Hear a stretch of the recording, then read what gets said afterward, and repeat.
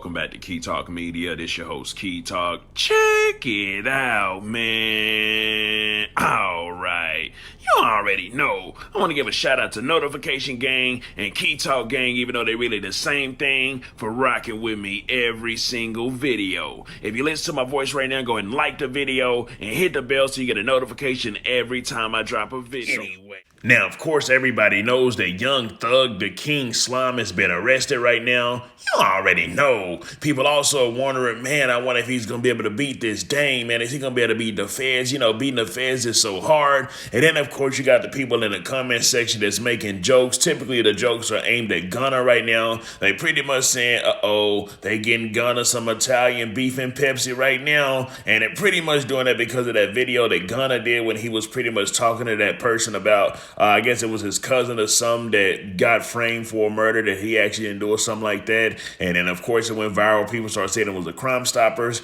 Anyways, you also got the people that's like, how in the blue hell is the Fed so successful? Well, what I'm going to do for y'all today, I'm going to just read the first 2 pages that the Feds pretty much, they released on Young Thug for the indictment that they actually got. I'm going to go ahead and jump right into it. The first page, it says, Part 1, The Conspiracy. As associates of the enterprise, Young Slime Life, hereinafter YSL, the defendants conspired to associate together and with the others for the common purpose of illegally obtaining money and property through a pattern of racketeering activity and conducting and participating in an enterprise through a pattern of racketeering activity. And furthermore of the conspiracy, the defendants engaged in activities enumerated herein. The objectives of the conspiracy concluded but were not limited to... Hold on. Let me break it down a little bit before I get into reading the rest of it. So this is where they pretty much about to get into what was the whole goal of the, alleged criminal organization that they're calling YSL. That's also a record label. So now the first point says, preserving, protecting, and enhancing the reputation, power, and territory of the enterprise through acts of racketeering activity include murder, assault, and threats of violence.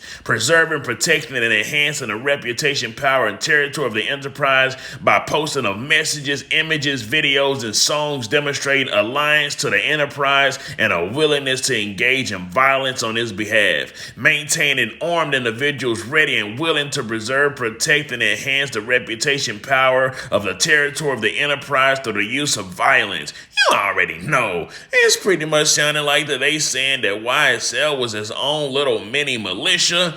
You already know this is America, and the only militia they want inside of America is the United States Army, military, all them type of things like that. Dang sure in America, not a collective of Negroes that have come together that's allegedly committing crimes such as murder and assault and, intimidation of violence. Anyways, let's continue. Obtaining money, weapon, and other property through the acts of racketeering activity, including robbery, theft, and unlawful sale and distribution of drugs, and obstructing law enforcement investigation and court proceedings through witness intimidation and attacks upon law enforcement officers.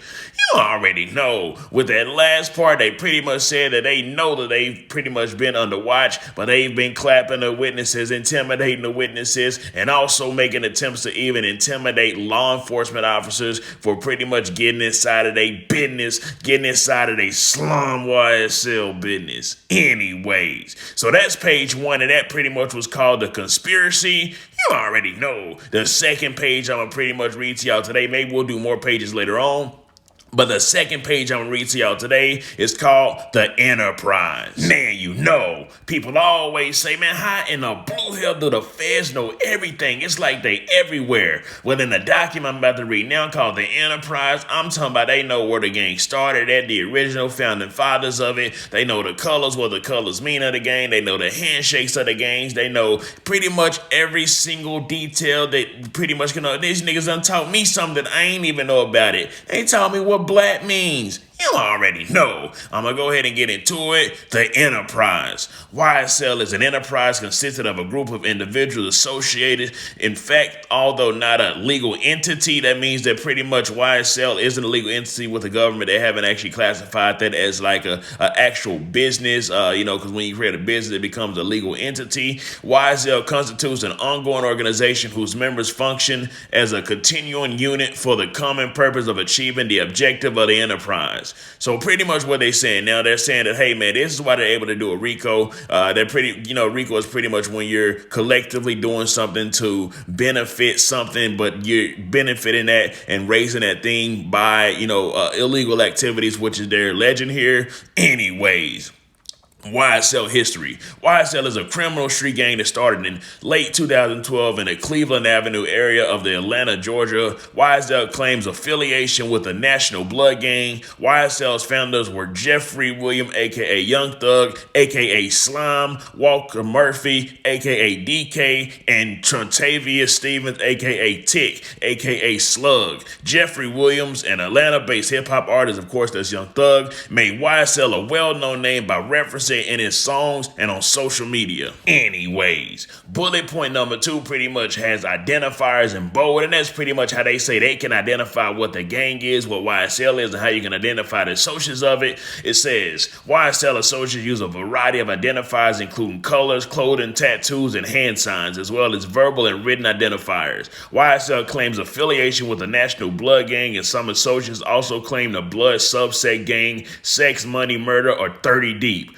YSL associates often display their colors by wearing a green or red bandana on their person, a practice known as flagging. YSL associates often wear clothing with the letter YSL on the word slime printed on them.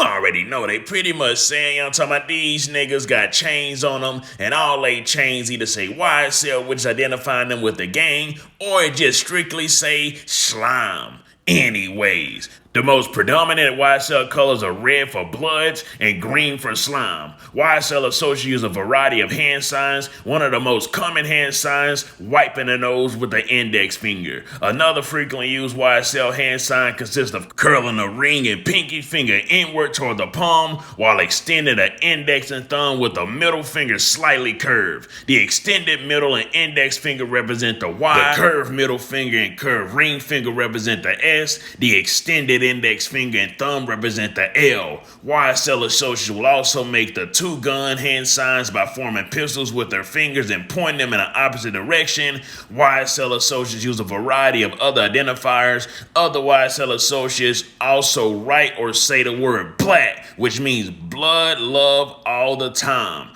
YSL associates also use the word slat, which means slime love all the time. Hold up. I'm sure some of y'all didn't know what in the blue hell, well in this case the red hell, that black mean blood love all the time, and you dang sure didn't know what slat mean, slime love all the time. You just used to hear slat, and black, and you probably pick up and started saying, but have no clue what you saying. You already know. The feds probably didn't know what it meant either, but somebody gotta be snitching and telling and expressing to them, I'm talking about letting them know what everything means. Anyways, often associates will simply refer to each other as blood or slime. They also refer to Cleveland Avenue as Bleveland Avenue. Now everybody knows the blood's gonna replace the C's with the B's, and the Crips gonna replace the C's with the B's. I'm talking about the biggest clue with that, or the biggest, I'm talking about person to do that. Well, not the biggest person to do it, but one of the person that literally does it 24/7 is Crip Mac.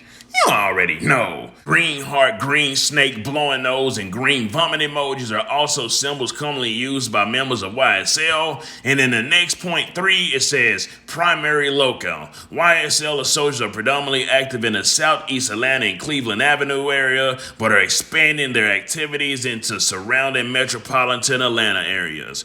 You already know. So that's just the first 2 pages. Of course, I'm sure they got a whole lot of other pages that they'll have. This is just part 1. If y'all want me to, talking about break down some of the other pages, just read them to y'all. Definitely let me know in the comment section. I'm going to do it anyways. But anyways, man, the feds know everything. Talking about, of course, a lot of people in the comment section saying that there's people snitching. You got people that saying YFL and Lucci is probably snitching inside of jail. Talking about, but listen, talking about they've been looking at these guys, like I said, at least minimum 7 years, because one of the things about the, they said Thug tried to rent a car. He did rent a car that was later used in a murder from Hertz or something like that. And that was 2015, and it's 2022 right now, so there's 7 years. You already know they've been watching and clocking until they decided to actually come in, and this is definitely going to be with the feds anyways. Let me know something, man. How do y'all feel about this? Do y'all kind of see the length that the feds kind of, just with the first 2 pages, you can kind of see the length of which the feds will go, and they'll study everything. Now, I don't know how they get the clues for everything, how they know everything, of course.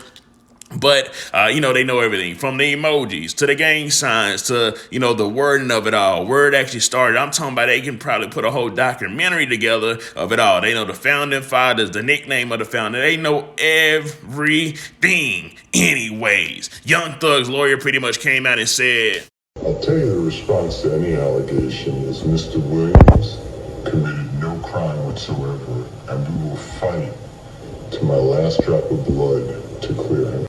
I'll tell you. And I already told y'all in a previous video whenever this happened that Buddy got all the money in the world. So as far as getting up, talking about the best lawyers and stuff, that's not going to be an issue at all. And when your lawyer comes out, does an interview with the news and pretty much says he's going to fight until his last drop of blood, you already know the lawyer is gang slime and ready to go to war. Let me know something. Comment down below. Let me know what you think about this entire ordeal. I'm out.